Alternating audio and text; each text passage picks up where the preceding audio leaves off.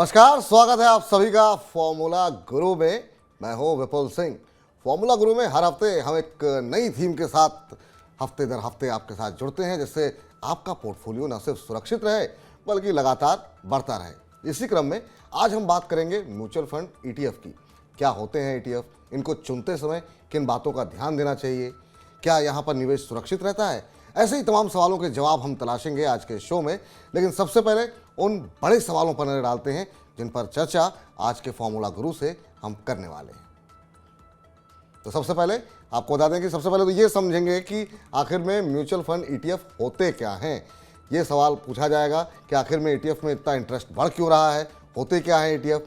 दूसरा महत्वपूर्ण सवाल ये कि अगर आप ईटीएफ में निवेश कर रहे हैं तो टोटल आपके इन्वेस्टमेंट का कितने फीसद हिस्सा ईटीएफ के अंदर होना चाहिए। क्या एक बड़ी हिस्सेदारी होनी चाहिए टोटल इन्वेस्टमेंट की, या यहाँ पर हिस्सेदारी कम होनी चाहिए। कितने सेफ होते हैं म्यूचुअल ईटीएफ, इसको लेकर के बातचीत करेंगे। तीसरा महत्वपूर्ण सवाल ये कि ईटीएफ में निवेश करने के बड़े रिस्क क्या हैं, बड़े जोखिम क्या क्या होते हैं, किन किन चीज़ों का ध्यान देना चाहिए, वो क्या जोखिम है जिसका निवेश करते समय आपको पता होना चाहिए। चौथा महत्वपूर्ण सवाल कि ईटीएफ में नए निवेशक या फिर पुराने निवेशक किनको इन्वेस्ट करना चाहिए। अगर आपके पास जानकारी नहीं है और अभी आप नया निवेश करना शुरू कर रहे हैं तो क्या ईटीएफ में करना चाहिए, या फिर अगर आप पुराने निवेशक हैं तो ईटीएफ में जाना चाहिए। इस पर भी हम अपने एक्सपर्ट से उनकी राय लेंगे कि उनकी क्या सलाह यहाँ पर दी जा रही है।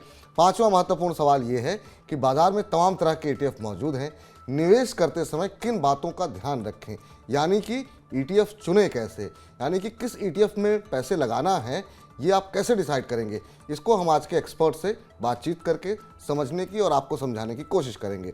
छठा महत्वपूर्ण सवाल ये है कि पिछले 2 साल के अंदर हम देख रहे हैं कि ईटीएफ के अंदर निवेश काफ़ी बढ़ा है। इसकी वजह क्या है और कितना निवेश बढ़ा है, किस तरह के रिटर्न ईटीएफ में देखने को मिले हैं, इस पर भी हम विस्तारपूर्वक बातचीत करेंगे।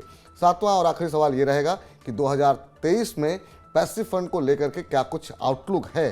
क्या 2023 में इंडेक्स फंड में लगाना, ईटीएफ में लगाना जो है पैसे सुरक्षित रहेगा, इस पर भी बातचीत करेंगे। और पसंदीदा ईटीएफ कौन कौन से हैं, कहां पैसे लगा सकते हैं, इस पर भी हम आज के एक्सपर्ट से विस्तारपूर्वक बातचीत करेंगे। तो इन तमाम सवालों पे बातचीत करें और उससे पहले जरा आपको आज की खास मेहमान हमारे फॉर्मूला गुरु से आपको रूबरू करा देते हैं। हमारे साथ पूनम रूंगटा जी आज हमारी फॉर्मूला गुरु बनी हुई हैं, सर्टिफाइड फाइनेंशियल प्लानर हैं। पूनम जी, बहुत बहुत धन्यवाद आज के इस कार्यक्रम में जुड़ने के लिए। जब भी आप हमारे कार्यक्रम में आती हैं दर्शक काफ़ी पसंद करते हैं, उनको बहुत कुछ जानने सीखने को मिलता है। आज के कार्यक्रम का आगाज़ करें और जो हमने सवाल दिखाए हैं एक एक करके आपसे पूछें। उससे पहले एक जनरल सवाल म्यूचुअल फंड इंडस्ट्री को लेकर के आपसे जानना चाहेंगे। 2023 में किस तरह की आप उम्मीद लगा करके रख रही हैं म्यूचुअल फंड से। क्या अभी लोगों का जो भरोसा है वो बना रहेगा 2023 में? अगर पैसे लगाने हों तो इक्विटी या डेट, कहाँ पर आपको इस समय मौजूदा हालात में कौन से फंड जो है वो बेहतर दिखाई दे रहे हैं? विपुल जी, जिस तरीके से इन्वेस्टर अवेयरनेस बढ़ रही है, आप लोगों के जैसे प्रोग्राम्स के थ्रू लोगों तक रीच हो रही है, और म्यूचुअल फंड अब एक ग्रोइंग बेबी हो गया है। मतलब लोगों ने वो अब मैच्योरिटी की तरफ चली है म्यूचुअल फंड इंडस्ट्री, तो लोगों के पास अब उसका एक्सपीरियंस हो चला है। इसलिए स्पेसिफिकली एसआईपी का जो रूट है वो बहुत पॉपुलर हो रहा है, और आप देख रहे हैं आंकड़े एसआईपी के किस तरीके से बढ़ रहे हैं। अब हमारी जो इंडस्ट्री है, शेयर मार्केट जो है वो पूरा अब म्यूचुअल फंड के ही थ्रू टिका है, ऐसा मैं बहुत प्राउडली कह सकती हूँ। पेनिट्रेशन बढ़ रहा है और आगे भी बहुत ऑप्टिमिस्टिक हैं इसके लिए, क्योंकि इन्फ्लेशन को बीट करने के लिए लॉन्ग टर्म में इससे बेहतर व्हीकल कुछ पाया नहीं गया है। और दूसरी बात ये है कि जो आप एसेट एलोकेशन की बात कर रहे हैं, जैसे आप देख रहे हैं कि इंटरेस्ट रेट लगातार बढ़ रहे हैं, इस तरह डेट भी लोगों को अब समझ में आने लग गया है कि म्यूचुअल फंड एक कोर व्हीकल है। चाहे आप इक्विटी में इन्वेस्ट करना चाहें या डेट में या किसी और तरीके के, जैसे करेंसी है, गोल्ड है, इंटरनेशनल मार्केट है, सभी तरीके के लिए म्यूचुअल फंड एकमात्र वो व्हीकल हो सकता है जिससे इन्वेस्टर सब जगह अपना इन्वेस्टमेंट कर सके और डिवर्सिफिकेशन के साथ लॉन्ग टर्म में अपने गोल्स को अचीव कर सके। तो मैं बहुत ऑप्टिमिस्टिक हूँ कि ये इंडस्ट्री अपवर्ड ग्रोथ में है और इसमें लोग ज्यादा से ज्यादा आजकल निवेश करने की इच्छा रखते हैं और धीरे धीरे इसमें बढ़ोतरी ही हो रही है। तो 2023 में मुझे लगता है हर इन्वेस्टर को इक्विटी के साथ साथ डेट की तरफ भी देखना चाहिए। जैसे अभी जो नए म्यूचुअल फंड स्कीम्स लॉन्च हो रही है मल्टी एसेट टाइप की, जिसके अंदर एक ही निवेश के अंदर आप मल्टी एसेट्स यानी गोल्ड, सिल्वर, डेट, इक्विटी सभी तरीके का निवेश कर सके, तो बेहतर एक्सपोजर के लिए म्यूचुअल फंड एकमात्र ऐसा व्हीकल है, और मुझे लगता है 2023 में ये और ज्यादा लोगों तक पहुंचेगा। बिल्कुल, ये उम्मीद हम भी करते हैं। और चलिए अब आज की थीम पर लौटते हैं और आज की थीम का आगाज़ करते हैं। तो आज का ये जो थीम है वो है ईटीएफ। जी हाँ, सबसे महत्वपूर्ण सवाल और सबसे पहला सवाल कि आखिर में आज की थीम हमने चुनी क्यों, और आखिर में ये म्यूचुअल फंड ईटीएफ जो है वो होती क्या चीज़ है। तो इस विषय को हमने इसलिए लिया क्योंकि हमने देखा कि पिछले कुछ समय में काफ़ी बड़ी संख्या में लोगों का रुझान, लोगों का इंटरेस्ट यहाँ पर बढ़ा है। 2000 FY14 में जहाँ पर अगर हम देखें तो एवरेज डेली जो टर्नओवर होता था वो 46 करोड़ के आसपास का था, और अब ये आकर के जो है करीब 471 करोड़ हो चुका है। तो आप समझिए लगभग 10 गुने के आसपास का इजाफा जो है पिछले 7-8 फाइनेंशियल 10 सालों के अंदर देखने को मिला है यहाँ पर। तो इस तरह का रुझान यहाँ पर देखने को मिल रहा है।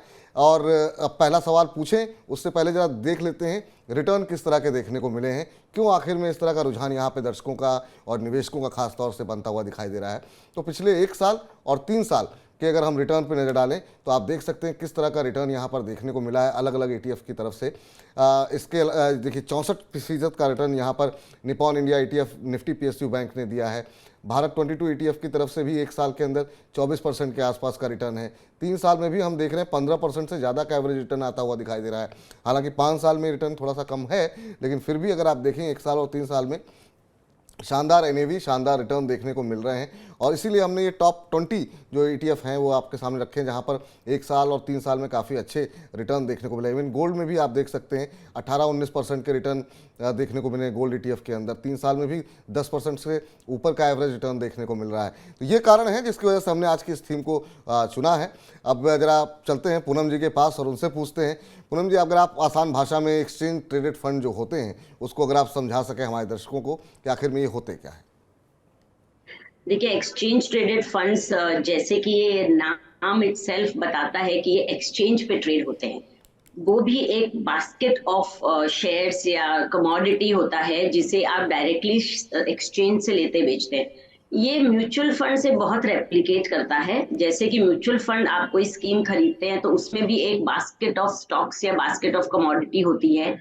बिल्कुल उसी तरह एक्सचेंज पे भी कुछ ऐसे बास्केट्स ऑफ फंड्स होते हैं जो प्री डिसाइडेड मैनर में पर्टिकुलर स्कीम, यानी चाहे तो आप बॉन्ड की ले लो ईटीएफ, या आप इक्विटी का ईटीएफ ले लो, निफ्टी का ईटीएफ ले लो, या आप गोल्ड का ईटीएफ ले लो। तो द बास्केट ऑफ शेयर्स यानी अंडरलाइंग शेयर्स तो सेम ही है जैसे आप म्यूचुअल फंड में लेते हो। खाली फर्क इतना है कि ये instead of buying and selling through a mutual fund, ये एक्सचेंज पे ट्रेड होते हैं, और इसके अंदर प्री डिसाइडेड जो बास्केट बनी हुई है उसको आप चेंज नहीं कर सकते हो। और आप इसमें जैसे एक्सचेंज रिटर्न दिखाता है वैसे ही रिटर्न होते हैं, यानी कि बहुत ही पैसिव मैनेजमेंट होता है। जैसे हम म्यूचुअल फंड में के साथ कंपेयर करें तो म्यूचुअल फंड में जैसे फंड मैनेजर एक कॉल लेते हैं कि उनके जो बास्केट ऑफ फंड्स है उसके अंदर कौन सा शेयर होना चाहिए और कौन सा नहीं होना चाहिए, जिसकी वो रिसर्च करते हैं बहुत एक्टिवली, और उसके बारे में पूरी फंडामेंटल्स जान के उसे इंक्लूड करते हैं अपने पोर्टफोलियो में, या उससे वो निकलते हैं। वो आप एक्सचेंज ट्रेडेड फंड्स में नहीं कर सकते। तो आप इसे समराइज करें तो आप ये कह सकते हैं कि ये एक पैसिवली मैनेज्ड म्यूचुअल फंड की तरह एक स्कीम होती है जिसमें निवेशक अपना अगर पैसा डालते हैं तो उन्हें भी जितनी भी उस एक्सचेंज ट्रेडेड फंड के अंदर स्कीम्स होती है सभी में एक्सपोजर मिलता है, और उसका वो हूबहू उसी तरीके का रिटर्न एंजॉय करते हैं। ऑफ कोर्स थोड़ा डिफरेंस रहता है एक्सचेंज पे जो रिटर्न्स मिलते हैं उसके कंपैरिजन में जो फंड को रिटर्न्स मिलते हैं, बट ये एक्टिवली मैनेज होता है और टोटली डिवर्सिफाइड होता है। तो इसमें निवेशक को अपना किसी तरीके का खुद का डिसीजन नहीं लेना पड़ता है कि उन्हें कहाँ निवेशक रहना है, बिकॉज वो ऑटोमेटिकली एक्सचेंज पे रहता है। और दूसरी, जब आप एक्सचेंज पे ट्रेड करते हो तो जैसे आपको मालूम है कि एक्सचेंज पे एक्टिवली ट्रेड होती है, एवरी मिनट की डिफरेंट रेट होती है जिसका फायदा आप उठा सकते हो।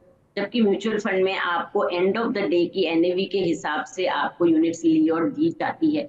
तो समराइज इसको करें तो एक पैसिवली मैनेज्ड फंड्स होते हैं जिसके अंदर फंड मैनेजर का कोई रोल नहीं है। ये एक्सचेंज पे जिस तरीके से लिस्टेड होगा उसी तरीके का आपको इस पे निवेश का आप फायदा उठाएं इन तो अ इसे लॉन्ग टर्म। इसे छोटे शब्दों में कह सकते हैं, अगर आपको शेयर चुनने में परेशानी हो रही है लेकिन आपका भरोसा किसी सेक्टर पर है तो एक दो शेयर मत चुनिए, पूरा इंडेक्स ही खरीद डालिए। तो उसमें अगर बाजार अगर चलेगा, जैसे बैंकिंग चला और बैंक पे आपका निवेश, आप शेयर चुनने में आपसे गलती हो सकती है, लेकिन अगर आपने बैंक ETF में पैसे लगा रखे हैं तो जिस तरह के रिटर्न बैंक इंडेक्स देगा उस तरह के रिटर्न आसपास आपको मिलते हुए दिखाई देंगे। बिल्कुल।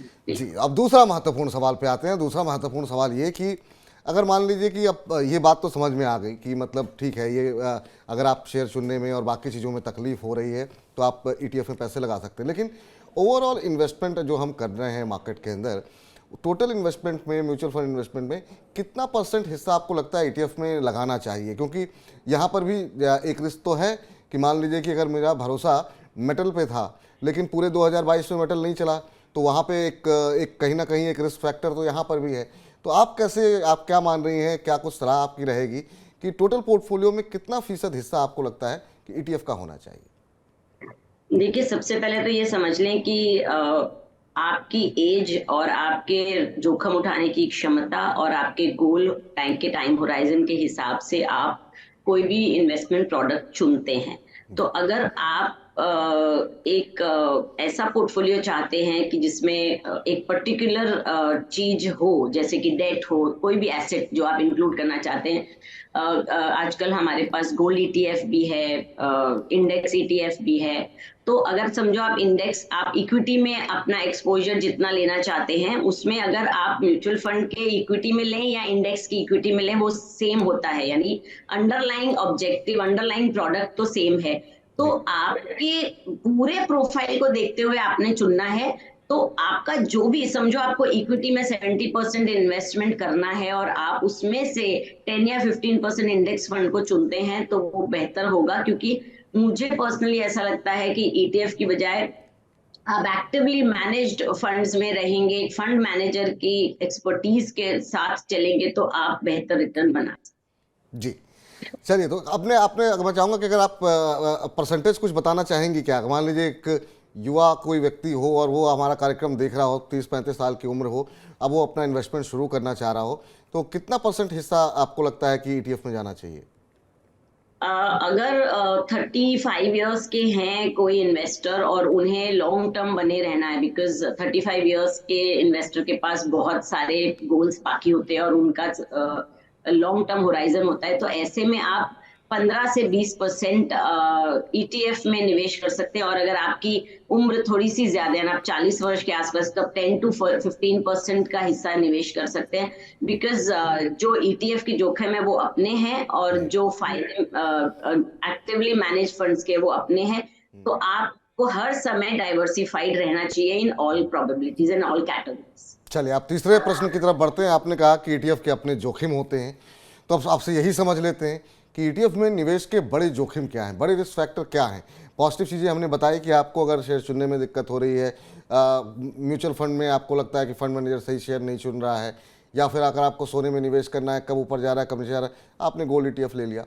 तो ऐसे में इसमें फ़ायदे तो बहुत सारे हैं, लेकिन जोखिम बड़े क्या क्या हैं, वो पूनम जी आपसे समझना चाहेंगे। देखिए, ETF के जोखिम और मार्केट के जोखिम सेम हैं। जैसे हमें शेयर मार्केट के जोखिम के साथ हम चलते हैं, तो हर इन्वेस्टर ये समझ ले कि जैसे शेयर मार्केट ऊपर नीचे जाता है, इसमें पर्टिकुलर शेयर की जोखिम नहीं है, मगर पूरे के पूरे मार्केट की जोखिम है। जैसे कि आपने रिलायंस इंडस्ट्री ले रखा है, तो रिलायंस इंडस्ट्री ऊपर नीचे जाएगा, खाली उतना जोखिम है आपके साथ। यहाँ पूरे के पूरे इंडेक्स की जोखिम है कि शेयर मार्केट जितना ऊपर नीचे जाता है, उसी ही मात्रा में आपका भी पोर्टफोलियो ऊंचा नीचा जाएगा। ये वो आप वो बिल्कुल समझ लें। और दूसरा, जो इंडेक्स आपको रिटर्न दिखा रहा है, सेम रिटर्न आपको नहीं मिलेगा, उससे कम मिलेगा, क्योंकि कुछ ट्रैकिंग एरर्स होते हैं। जैसे कि फॉर एग्जांपल फंड, इसमें भी फंड मैनेजर को लिक्विडिटी मेंटेन करनी पड़ती है, आपका पूरा का पूरा पैसा निवेश नहीं होता। तो उस हिसाब से आपके ट्रैकिंग एरर्स के हिसाब से आपको थोड़ा रिटर्न कम मिलता है।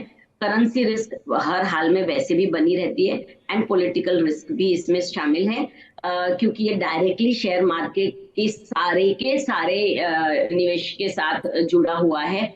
और सबसे बड़ी बात है विपुल जी की ये ईटीएफ्स एक्सचेंज पे ट्रेड होते हैं, यानी जब आप बेचने जाते हैं तो सामने कोई लेने वाला भी होना चाहिए। अगर कभी ऐसी सिचुएशन बनी कि आपका निवेश आपने बेचने के लिए डाला एक्सचेंज पे और उसे कोई लेने वाला नहीं है, तो वो न बिके, ऐसा भी हो सकता है। तो इस तरह की रिस्क बनी हुई है इस तरह के निवेश के साथ। पर मैं मानती हूँ कि हर ही निवेश के साथ कुछ ना कुछ रिस्क बनी होती ही है।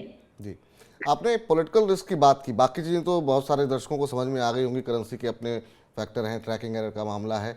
पॉलिटिकल रिस्क किस तरीके से प्रभावित करते हैं मैम इसको? पॉलिटिकल रिस्क यानी जिस तरीके से जो हमारे आरबीआई के कंप्लायंसेस चेंज होते हैं, या हमारी पॉलिटिकल पार्टी में कुछ बड़ा फेर बदलाव आया जिसकी वजह से शेयर मार्केट अचानक नीचे गिरता है, जी। तो उस हालात में जो फंड मैनेजर होता है वो तो एक्टिव कॉल लेके कैश पे तुरंत बन सकता है, पर यहाँ वो मौका नहीं मिलता है। अगर अगर पूरा का पूरा इंडेक्स क्रैश हुआ due to any political reason, तो आपका भी पोर्टफोलियो पूरा क्रैश होगा, आपको कैश पे लिक्विडेट होने का चांस नहीं मिलता। ठीक, अगला सवाल ये कि अब आपने ये बता दिया कि होते क्या हैं ईटीएफ, क्या उनके रिस्क होते हैं, कितना परसेंटेज जो है निवेश करना चाहिए ईटीएफ में, क्या इसका भी कोई फॉर्मूला है क्या कि जो नए निवेशक आ रहे हैं, क्योंकि बड़ी संख्या में आ रहे हैं, हम देख रहे हैं डीमैट अकाउंट खोल रहे हैं, निवेश म्यूचुअल फंड में बढ़ रहा है, उनको ज़्यादा पैसे लगाने चाहिए, या जो पुराने इन्वेस्टर्स हैं और उनको डाइवर्सिफाई करने के लिए ईटीएफ में पैसा लगाना चाहिए? इसका कोई फॉर्मूला है या आपको लगता है कि दोनों तरह के लोग एंट्री इसमें कर सकते हैं? एंट्री तो दोनों तरह के ही कर सकते हैं, और जैसे हमने पहले भी बात करी, 10 to 15% ऑफ योर पोर्टफोलियो आप ईटीएफ में लगा सकते हैं।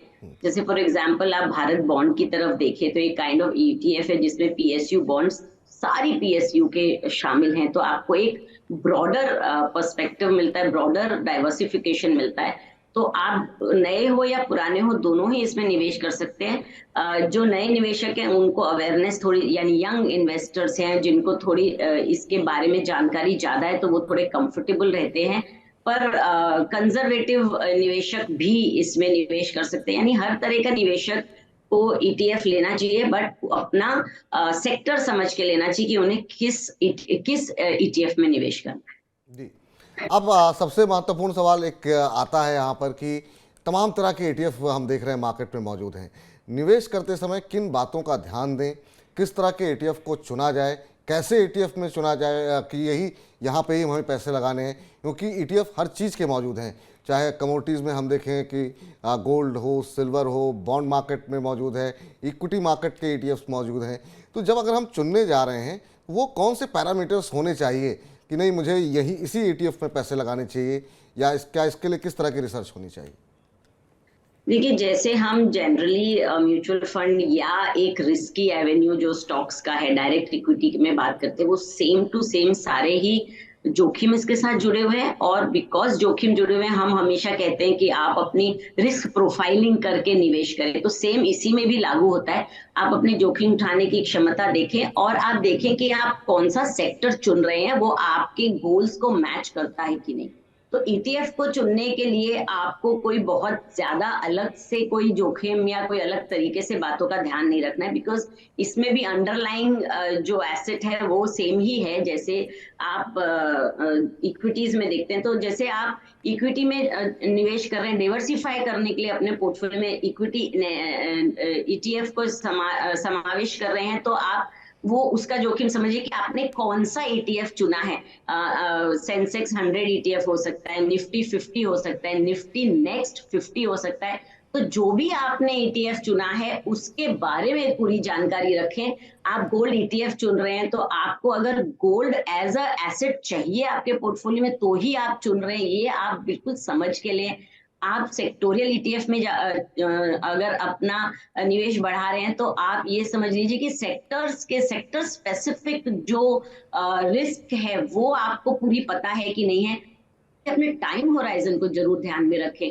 अब इंटरनेशनल फंड्स की बात करें तो इंटरनेशनल ईटीएफ्स इतने बेहतरीन रिटर्न्स दे रहे थे अब तक, बट पिछले साल भर में जो इंटरनेशनल मार्केट्स में जो मंदी देखी गई है उसका सीधा सीधा प्रभाव हमने इंटरनेशनल ईटीएफ्स में देखा है। तो बिल्कुल। जो भी सेक्टर का ईटीएफ आप चुन रहे हैं उसके बारे में पूरी जानकारी लेके और उसको आपके पोर्टफोलियो में उसकी जरूरत है कि नहीं वो देख के आप इसमें आगे बढ़े।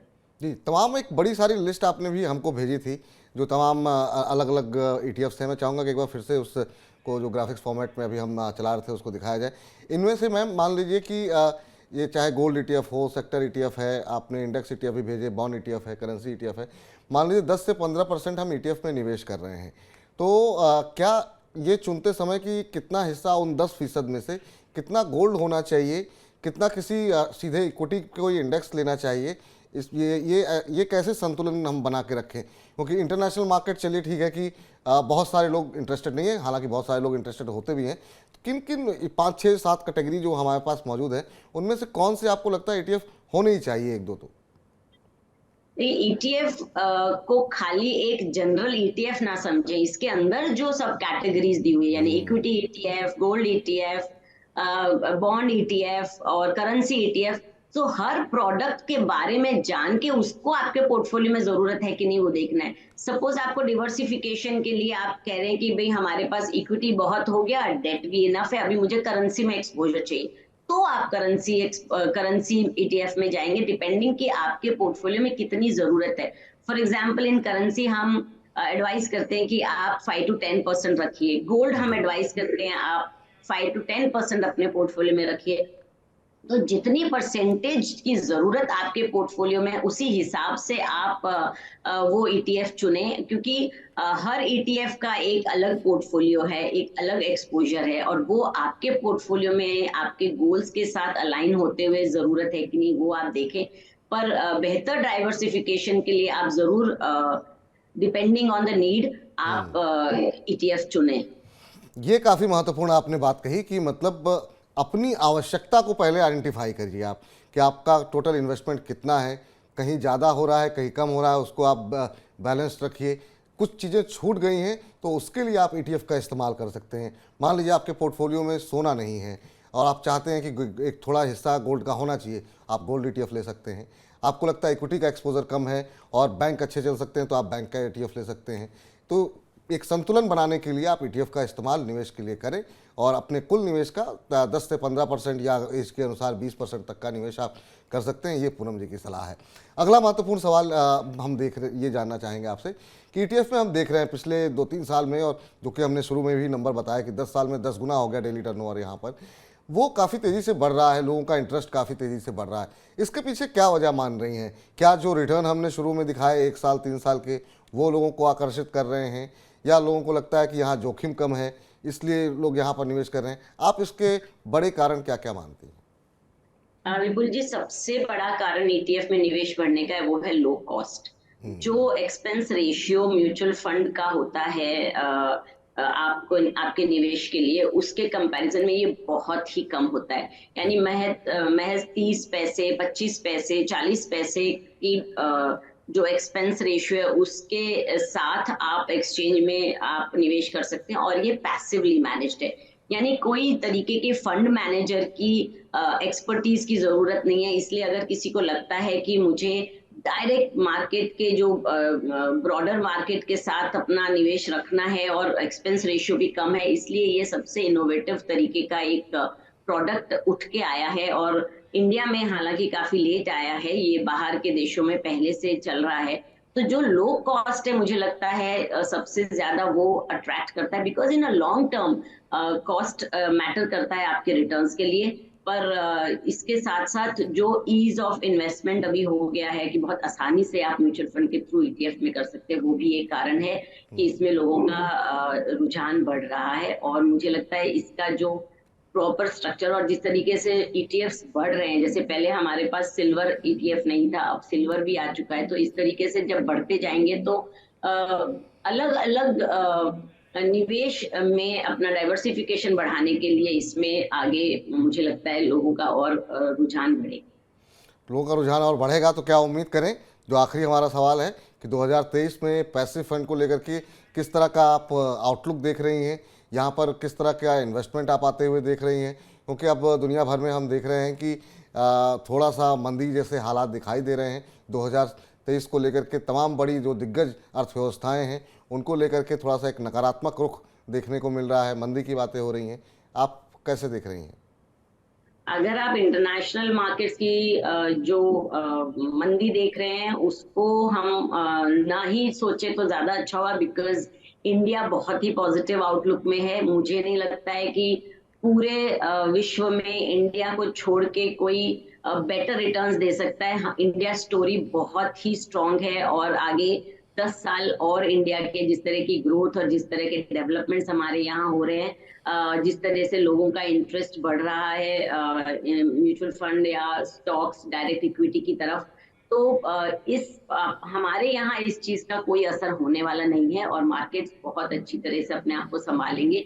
और इसमें निवेश अब बढ़ने ही वाला है, पैसिव में भी, बिकॉज अब लोगों को हर तरीके का डाइवर्सिफिकेशन भी चाहिए। फंड मैनेजर्स की जो रिस्क होती है उससे बचने के लिए भी आप पैसिव इन्वेस्टमेंट में रुक कर सकते हैं। तो ओवरऑल पिक्चर बहुत अच्छा है, किसी तरीके का कोई नेगेटिव इंडियन मार्केट्स में है नहीं। और इंडियन मार्केट्स अगर पॉजिटिव हैं तो शेयर मार्केट और म्यूचुअल फंड इंडस्ट्री और इंडेक्स फंड सभी में ग्रोथ होनी ही है।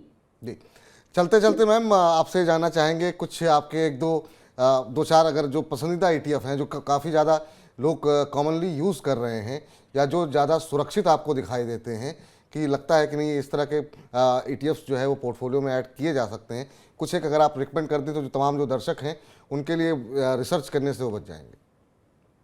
मुझे लगता है कि गोल्ड का निवेश, जैसे हम हेज कहते हैं हमारे पोर्टफोलियोज के लिए, कि आपको गोल्ड आपके पोर्टफोलियो में होना चाहिए, उसमें निवेश करने के लिए मुझे लगता है गोल्ड ETF बहुत बेहतरीन एक ऐसा विकल्प है, क्योंकि अंडरलाइंग एसेट एक ही है, उसमें बहुत सारे स्टॉक्स शामिल नहीं है। गोल्ड गिरेगा तो आप कहीं से भी लोगे तो गिरेगा, तो जो लो कॉस्ट है उसका फायदा उठाया जा सकता है, ईज ऑफ इन्वेस्टमेंट का फायदा उठाया जा सकता है। गोल्ड जैसी प्रेशियस चीज को अपने यहाँ लॉकर में रखने की जो परेशानी है उससे बचाया जा सकता है, चोरी से बचाया जा सकता है। तो ये सब की वजह से मुझे लगता है गोल्ड ETF आपको जरूर लेना चाहिए। बाकी सब चीजें तो म्यूचुअल फंड में एक एक्टिव मैनेजमेंट के थ्रू भी लेंगे तो आप उसमें बेहतर रिटर्न कमा पाएंगे।